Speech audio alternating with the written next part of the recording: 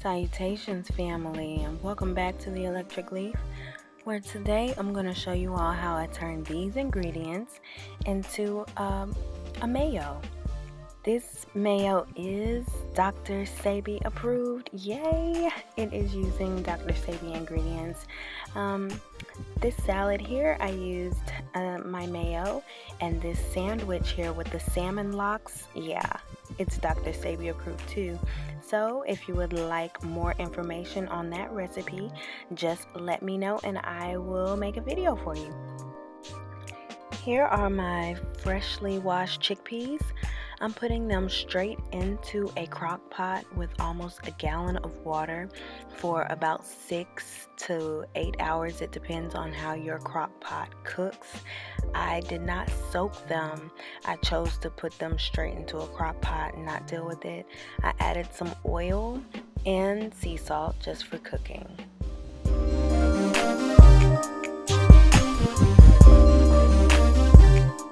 After 6 hours, I separated the chickpeas from the brine, and I poured the brine into a cooking pot, and I let it reduce down to this gelatinous consistency that you see here. The film on the top, it doesn't look too appealing. You can avoid this by stirring quite often. I have a couple of chickpeas that were left in there, and I'm not worried about them. I'm going to use them. They will assist us while we're trying to thicken our mayo. Into a blender goes our Aquafaba, our chickpea brine that we reduced down. I put about a cup and a half of Aquafaba, so I am putting a cup and a half of oil. I usually use grape-seed oil. I have tried olive oil, which gives it a very strong fruity taste. Grape-seed oil is kind of mild, so this time I'm trying an avocado oil, which I happen to like. I think that's going to be my go-to oil from now on.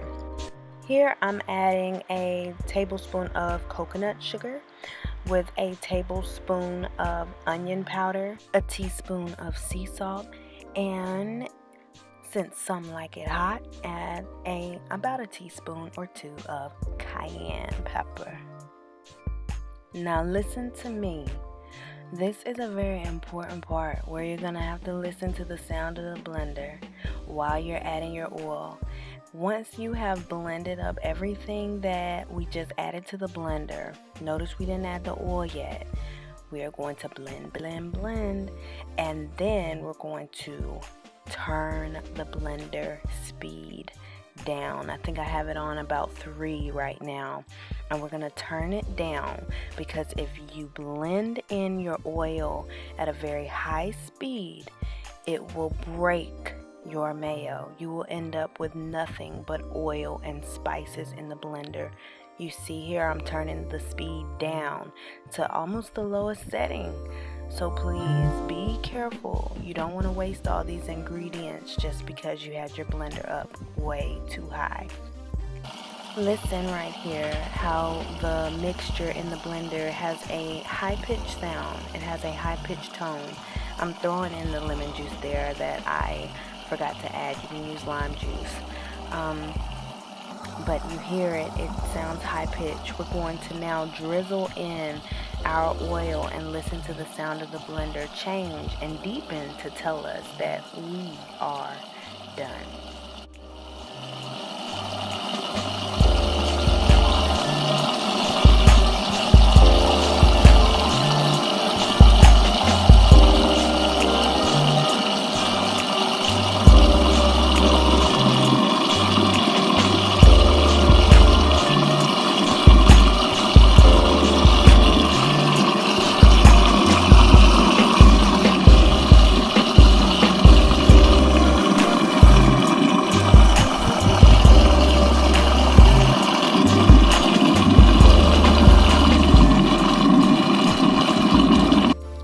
So I'm not hearing the depth and tone that I'm used to hearing, so I know that I did not add enough coconut sugar and onion powder, and you see how runny it is.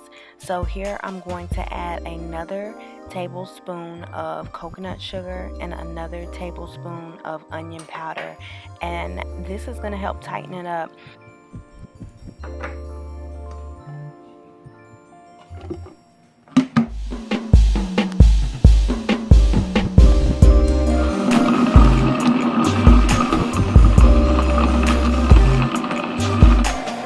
And that's the sound right there. Pour it in a jar, store it, tuck it away, let it sit in the fridge and thicken. And I have a bonus for you guys if you want to stick around. I have a second little recipe with some of the mayo that would not fit in this jar coming right up at the end of this video.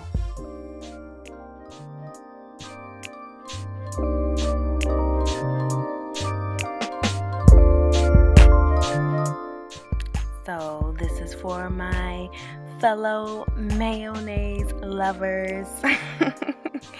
This is for you all. Dr. Sebi approved ingredients. This is how the mayo looks after it has been in the refrigerator. So it's gonna last you about a week or two. It depends on how you store it. In these jars here, they have lasted me for about 2 weeks, but you're not gonna go all the way to 2 weeks if you're anything like me. Our bonus round, yes, our bonus recipe. So with the mayonnaise that was left in the blender, I didn't want to let it go to waste. So I wanted to make you all a Dr. Sebi approved Caesar dressing. Since Caesar dressing is traditionally made with anchovies and Parmesan cheese, I'm going to sub those out for dulse flakes, and the hemp seeds are going to be our Parmesan hemp seeds.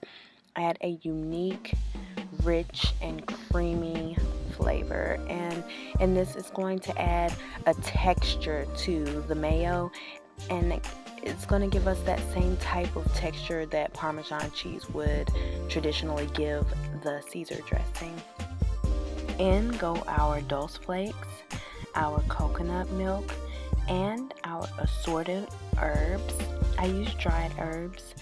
For this go round, I used basil, and I also used oregano, about 1.5 tablespoons of each.